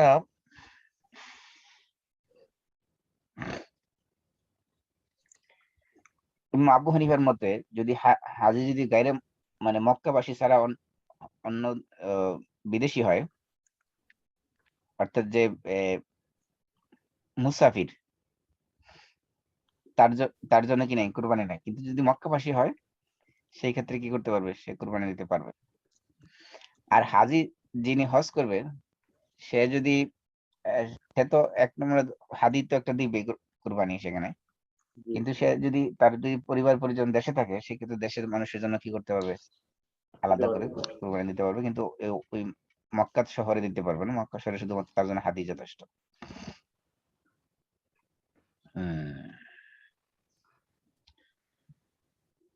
এখন তারপরে প্রশ্ন হলো যে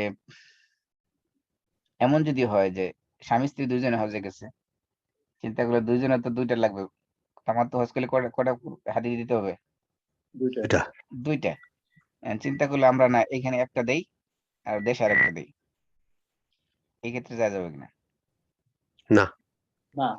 দুজনে মিলে একটা দিল মক্কাতে, আরেকটা আরেকটা দেশে দিয়ে দিল, হবে না। যা যাবে, না। যা যাবে না। কারণ হাদিস দুইজনের পক্ষ থেকে দুইটাই দেওয়া কি ওয়াজিব। আর হাজির জন্য কি নাই, হাজির জন্য কুরবানি তো নাই। কোনো কুরবানি নাই। কিন্তু সে যদি, এটা তো কুরবানি দেওয়া তার জন্য আবশ্যক না, শুধু হাদি দিলে যথেষ্ট। কিন্তু সে যদি এলাকার লোকজন খাওয়াইতে চায়, সেটা আলাদা বিষয়। আরেকটা প্রশ্ন হইতে পারে যে এক হাদিসে আসছে, বলা হয়েছে যে কেউ যদি ফজর নামাজ পড়ে মুসল্লায় বসে যে কিরাসকার করতে থাকে সূর্য ওঠার আগ পর্যন্ত, সূর্য ওঠার পরে নিষিদ্ধ ওয়াক্ত যেটা, সে যাওয়ার পরে যদি কেউ সে 2 রাকাত নামাজ পড়ে, তাহলে তাকে পরিপূর্ণ হজের সওয়াব দেওয়া হবে। এখন কোনটা উত্তম, আপনি হজ করা উত্তম নাকি ফজর নামাজের পরে সূর্য উদয় পর্যন্ত বসে বসে তাসবিহ তাহলিল করা, এরপরে 2 রাকাত নামাজ পড়ে হজের সওয়াব কামাই করা, দুটোর মধ্যে পার্থক্য কি? আপনাদের একজন আপনি বলতে পারে তো আপনি এত কষ্ট করে হজে যাওয়া দরকার কি, আপনি তো ঘরে বসে হজের সওয়াব কামাইতে পারেন। হজ করতে হবে। ওটা তো ফরজ। হ্যাঁ, আর এটা তো ফরজ না।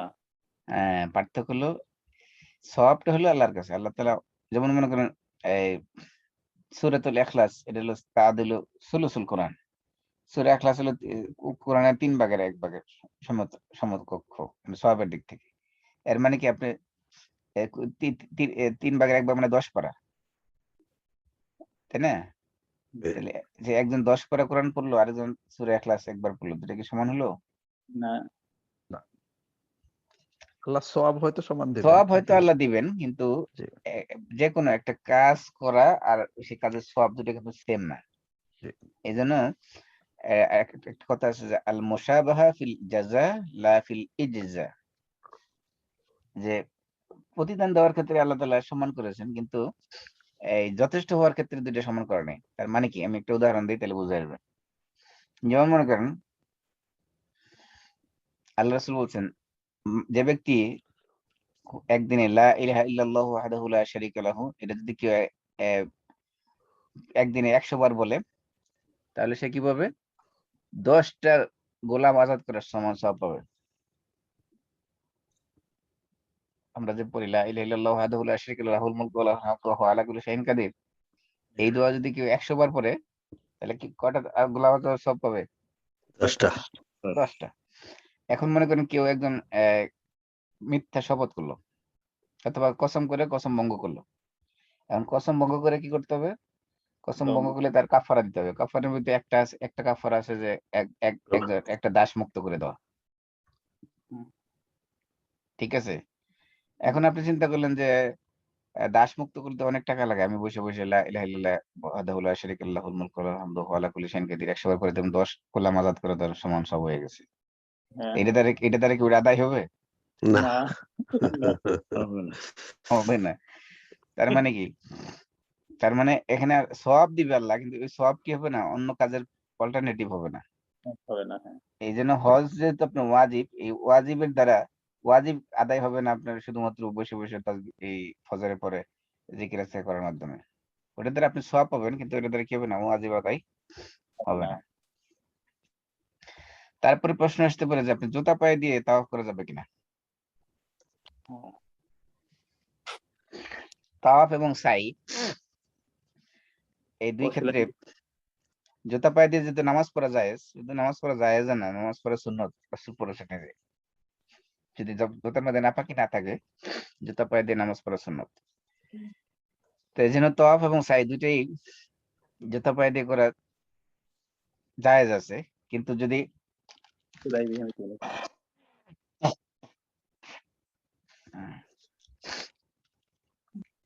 আপনার এই জুতার মধ্যে নাপাকি থাকে বা জুতার ময়লা থাকে, সেই ক্ষেত্রে করা যাবে না। আর একটা হলো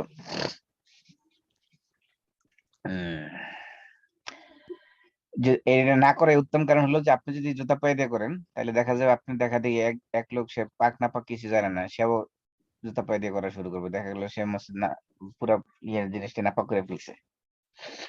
এই জন্য এগুলো না করাই হলো উত্তম। আর একটা জিনিস হলো এখানে সম্মানের বিষয়, যেহেতু আহ, নামাজ পড়ার ক্ষেত্রে যদি এক জায়গায় বসে মানুষ নামাজ পড়ে, তো তাওয়াফ করার সময় যদি অনেক লম্বা সময় অনেক জায়গায় ব্যাপী হাঁটতে হবে, মানুষ আপনি যে জায়গায় পা পা দিয়ে পারাচ্ছেন সেই জায়গাটা মানুষ হয়তো সেজদা করবে নামাজের সময়। সেই জন্য জুতা পায়ে দিয়ে এটা জায়েজ হওয়া সত্ত্বেও না করাই হলো উত্তম। আর আপনি তো বলছেন যে পা খোলা রাখতে হবে। যদি পায়ে দিতে হয় না, স্যান্ডেল জুতা এমন। বলতে স্যান্ডেল আর কি, স্যান্ডেল আমি জুতা বলতে স্যান্ডেল বোঝাচ্ছি আর কি। ও আচ্ছা, আচ্ছা। আর সেলাই আরেকটা হলো দিতে যে এই মাতাফ যেটা আর কি, তাওয়াফের যে জায়গা, ওইখানে স্পেশাল কিছু পাথর লাগানো আছে, এগুলো কখনো সূর্যের তাপে গরম হয় না। সুতরাং হুম, সেখানে আপনার এই গরমের কারণে আপনি পায়ে স্যান্ডেল পরে তাওয়াফ করবেন, এটা জরুরি না। গরম হুম, হওয়ার হুম। সম্ভব এই পাথরগুলো এরকম যত রোদ্র আসবে এটা গরম হবে না। ঠান্ডা স্পেশাল হ্যাঁ, পাথর লাগানো শুধুমাত্র আছে। ইটালিতে এক জায়গায় এক পাহাড়ের হুম। থেকে নাকি ওটা পাওয়া গেছে। আরেকটা জিনিস মনে রাখবেন, যে কোনো ওয়াজিব যদি ছুটে যায় হজ এবং ওমরার ক্ষেত্রে, সেক্ষেত্রে আপনাকে একটা কি দিতে হবে? দম। দম দিতে বা ফিদিয়া দিতে হবে। তারপরে প্রশ্ন আসতে পারে যে আপনি তাওয়াফ করার সময় কেউ যদি হিজরের ভিতর দিয়ে তাওয়াফ করে, হিজর কোনটা? ওই যে যে ঘেরা জায়গা। কাবা ঘরের পাশে যে একটা ওয়ালের মতো দেখতেন, হুম, হুম, ওইটাকে হিজর বলে। ওইটা হলো কাবা ঘরের অংশ। হুম।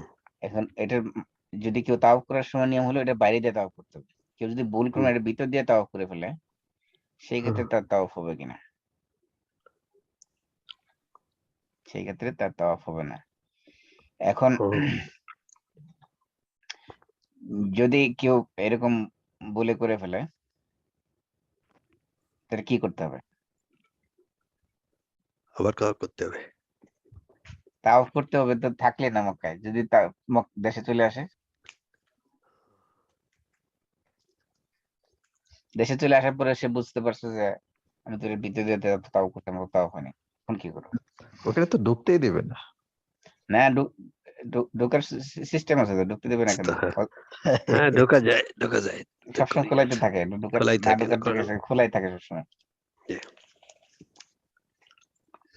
মানুষ দুই দিক থেকে যায় নামাজ পড়তেছে না ভিতরে, হ্যাঁ, কারণ তো ওখানে নামাজ পড়া মানে আপনি কাবা ঘরের ভিতরে নামাজ পড়তেছে। হ্যাঁ, কিছু এই মানুষ ক্ষেত্রে আছে দেখছি। প্রথম কথা হলো যে আপনার যদি এরকম কেউ করে তাকে মক্কায় যেয়ে আবার কি করতে হবে, এহরাম বেঁধে মক্কায় যেয়ে আবার বাকি তাওয়াফ কমপ্লিট করতে হবে। এখন যদি আপনার এরকম হয় যে আপনার মক্কায় যাওয়ার মতো সামর্থ্য নাই, টাকা পয়সা নাই, তো কি করবেন? এই ক্ষেত্রে আপনার ওই মক্কাতে কাউকে আপনার নিয়োগ দিবেন যে আমার পক্ষ থেকে তুমি কি করবে, একটা দম দিয়ে দিবা, একটা বকরি জবাই করে দিবা, মক্কার গরিব মিসকিন খাওয়াই দেবে, তাইলে আদায় হয়ে যাবে, যেহেতু করছে একটা ওয়াজিব ছুটে গেছে।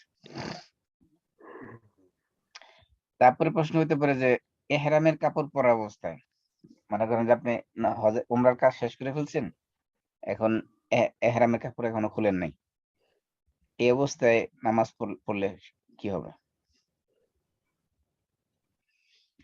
তওয়াফ করার একজন উমরা যে করবে, সে তওয়াফ এবং সাই যখন শেষ করে ফেলবে,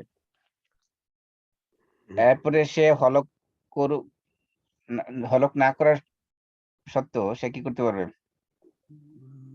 সে নামাজ পড়তে পারবে, সবকিছু করতে পারবে।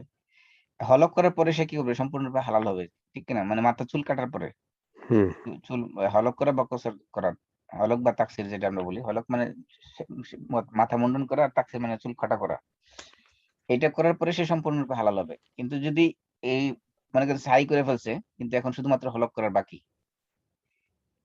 এর মাঝখানে যে সময়টা, এই মাথা চুল কাটার আগ পর্যন্ত যে সময়টা, এই সময়ের মধ্যে সে এহরামের কাপড় পরে হ্যাঁ,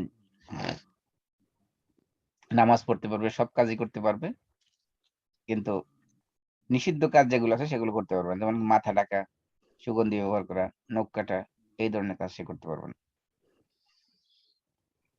আর যদি মাথার চুল কেটে ফেলে তাহলে সেক্ষেত্রে তো সে হালাল হয়ে গেছে।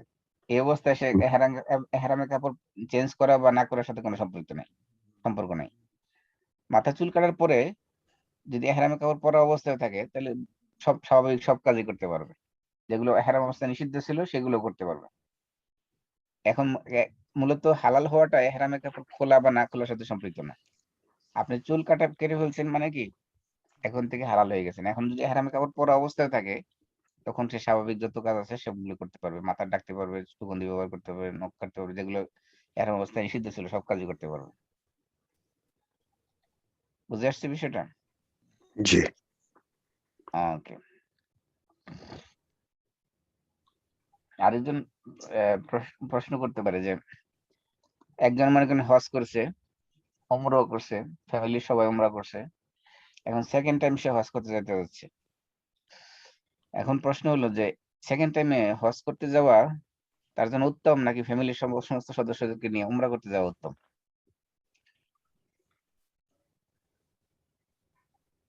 উমরা করতে যাও তো। প্রশ্নটা বুঝতে পারছেন? জি। যেমন কারণ ফ্যামিলি সবাই হজ করেছে একবার, উমরাও করছে সবাই, এখন সেকেন্ড টাইম ফ্যামিলিতে মনে করেন আপনি ফ্যামিলি সবার হিসেবে, গার্ডিয়ান হিসেবে আপনার নিজের ইনকাম আছে, আপনি ইচ্ছা করছেন আমি এই বছর হজে যাবো একা একা, বাকি কাউকে নেবো না, এটা উত্তম নাকি ফ্যামিলি সবাইকে নিয়ে উমরা করতে যাওয়া উত্তম?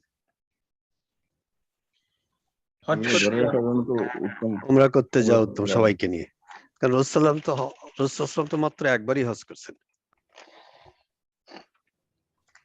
প্রথম কথা হলো হজ করা তো ফরজ, আর হজের সওয়াব আর উমরার সওয়াব কি সমান নাকি ডিফারেন্ট? ডিফারেন্ট।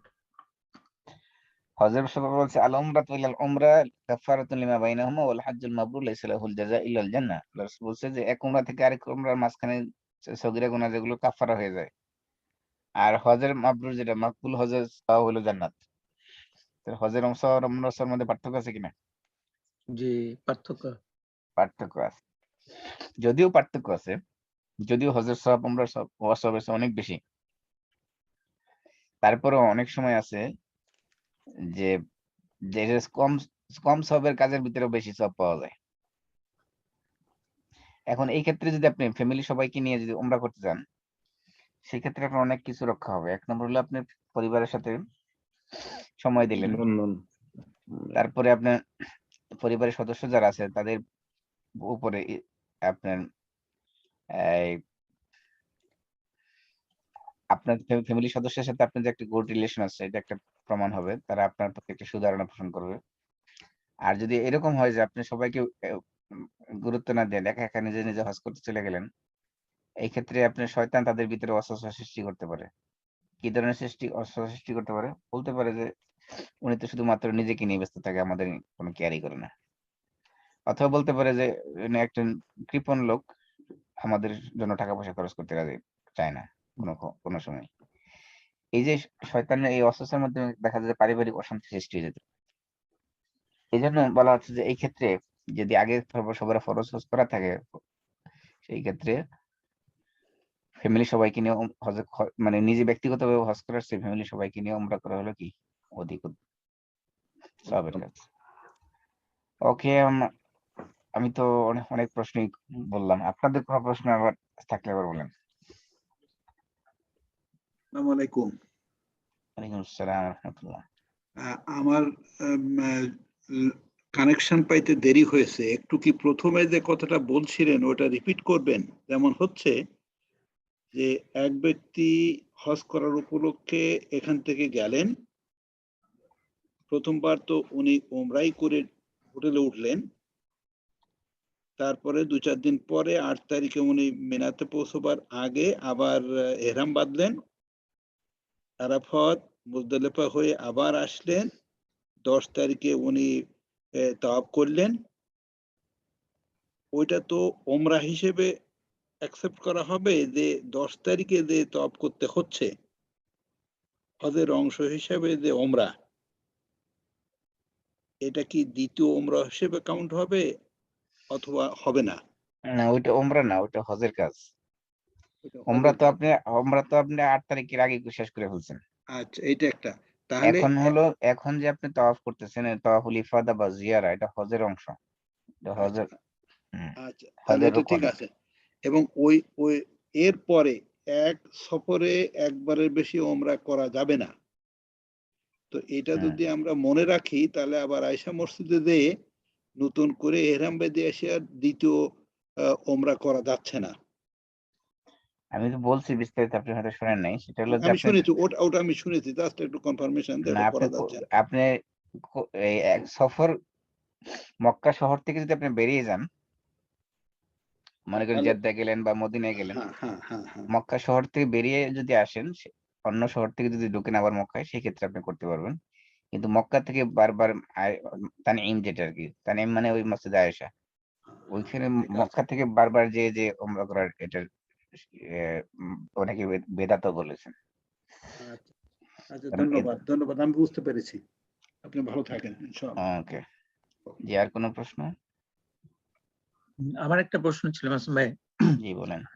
অনেকে ধরেন এই যে বিশেষ করে মহিলাদের ক্ষেত্রে যদি বুঝতে পারে যে হ্যাঁ হজের সময় আমার ওখানে পিরিয়ড হওয়ার সম্ভাবনা আছে, আজকাল যেরকম ওষুধ খেয়ে অনেকে এটাকে ধরেন বন্ধ রাখতে পারে, এটার কি মানে ঠিক আছে কিনা কিনা জায়েজ হবে? এই ক্ষেত্রে যদি আপনার ডাক্তার যে প্রেসক্রাইব করে যে ওনার এই মুহূর্তে কোনো মেডিসিন খেয়ে বন্ধ করলে ওনার কোনো ফিজিক্যালি কোনো সমস্যা হবে না, সেক্ষেত্রে নিতে পারে, কোনো সমস্যা নেই। তবে সাধারণত আপনার যে জিনিসটা ন্যাচারাল রাখাই হলো বেস্ট শরীরের জন্য, স্বাস্থ্যের জন্য। কারণ শরীর তো এটা বিধান দিয়েই দিচ্ছে, যেখানে আপনার সমস্যা আছে সেখানে সমাধান ইসলাম দিয়ে দিচ্ছে। এই জন্য এতে অনেকে আমাদের দেশে ইদানিং এই ট্রেন্ডও চালু হয়েছে, অনেকে মনে করে যে রমজান মাসে রোজা রাখলে বেশি বেশি সওয়াব, সেই জন্য রমজান মাস পুরোটাই তারা ওষুধ খেয়ে কি করতেছে, রোজা রাখতেছে। এতে করে স্বাস্থ্যের অনেক ক্ষতি হচ্ছে। এই জন্য জায়েজ আছে, করতে চাইলে করতে পারবে, কিন্তু সেক্ষেত্রে ডাক্তারের পরামর্শ নেওয়া জরুরি। একটা প্রশ্ন আছে, জি। সেটা হলো যে আম, সফরের জন্য যে কোরআনের কোন একটা সূরা এসে দেখছে যে মানে মহিলা একা সফর না করা আর কি। এখন সে বয়স্ক মহিলা যাদের সম্ভবত এখন সৌদি আরব বোধহয় অনুমতি দেয় একটা নির্দিষ্ট বয়সের পরে সে একা যেতে পারবে হজে, এটার ব্যাপারে কিছু বলবেন নাকি? একজন মহিলা হয়তো 40-50 ঊর্ধ্ব, সে একা হজে যেতে পারবে? প্রথম কথা হলো যে কোনো মহিলার জন্যই তার মাহরাম ছাড়া মানে সফরে যাওয়া জায়েজ করে নেই ইসলাম। এখন সেটা হজের সফরে হোক, উমরার সফরে হোক, বা অন্য যে কোনো সফরে হোক। এখন যদি এমন হয় যে এক্সেপশন কেস আছে, যে মনে করেন একজন মহিলা তার কোনো এমন কোনো মাহারাম নাই যে তাকে হজে নিয়ে যাবে, এই ক্ষেত্রে সে একজন মহিলাদের কাফেলা, যেখানে একদল মহিলা এক গ্রুপ হয়ে যাচ্ছে, ওই ধরনের কাফেলার সাথে সে যাইতে পারবে। কিন্তু যাদের মাহারাম আছে তাদের জন্য যায় যাবে না।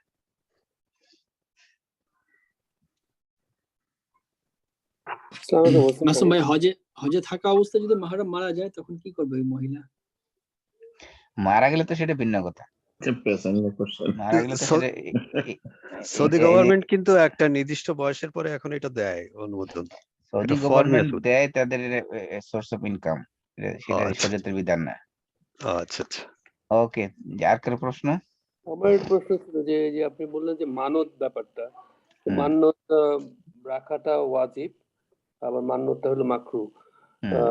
তো এই মান্যতটা কি জিনিস, মানে আমরা মানে মান্যতটা মানে কিভাবে করে বা মান্যত করার ইয়েটা কি? মান্যত তো মনে করেন যে আপনি মান্যত করলেন যে আপনার যদি একটা ছেলে সন্তান হয়, তাহলে আমি এই বছর রমজানে এতেকাফ করবো মাইতুল্লাতে যাইয়া। আচ্ছা অথবা মনে করেন বললেন যে আমি একটা গরু জবাই দিয়ে খাওয়াবো গরিব মিসকিনকে। জি আচ্ছা তাহলে এই যে আপনি মান্যত করলেন আচ্ছা, গরু জবাই দিয়ে খাওয়ানোর জন্য, আপনি কি এই গরু মানে জবাই এটা আপনি কি মনে করতেছেন যে গরু জবাই দিয়ে খাওয়ানোর নিয়ত করার কারণে আল্লাহ আপনার ছেলে দিছে? মানত করার ইন্টেনশন তো সেইভাবে। মানে মান্যত করার কনসেপ্ট হলো যে গিভ এন্ড টেক, আল্লাহ তোমার আমি কিছু দিলাম, তুমি আমার কিছু দাও। আবার খারাপ হিসেবে যেটা এই বাইজুদ বুস্তামির ওই যে মাজার, শাহজালালের মাজার, ওগুলো তো আছেই, মাজারে তো সুতা আছেই, বাঁধে রাখি আসে। মাজারে মুরগি দেওয়া, মাজারে কবুতর ভাই, দেওয়া, মাজারে জি মাসুম ভাই, এই মান্যত করাটা কি মানে ধরেন আমি আল্লাহর উপর খুশি হয়েছি, বা আল্লাহ তো আপনি তো বললেন যে ভাগ্যে যেটা লেখা আছে ওইটাই হবে, তো এখন এই মান্যতের গুরুত্বটা কতটুকু যে আমি বললাম তো মান্যত মান্যতে কোনো গুরুত্বই নেই, এটা মাকরু, আচ্ছা, আবার অপছন্দনীয় কাজ। মান্যত রাখাটা আবার ওয়াজিব। মান্যত যদি আপনি করে ফেলেন আচ্ছা এবং সেটা তখন কোনো এটা ভালো কাজের মান্যত যদি ওয়াজিব। হয়, কিন্তু খারাপ কাজের মান্যত করে থাকলে সেটা না করাই ওয়াজিব, আর ভালো কাজের মান্যত করে থাকলে সেটা করা ওয়াজিব। আচ্ছা খারাপ কাজের মান্যত কি, মনে করেন ফর এক্সাম্পল আপনি বললেন যে আমার যদি একটা ছেলে সন্তান হয়, আমি এই খাজা বাবার দরবারে একটা গরু দেবো, আচ্ছা অথবা অমুক মাজারে 10টা মোমবাতি দেবো, হুম, এটা হলো খারাপ মান্যত। অবশ্যই খারাপ, এটা এই ধরনের মান্যত করলে করাই যায় নাই। আচ্ছা, কিন্তু আমি যদি মান্যত না করি, সমস্যা নাই।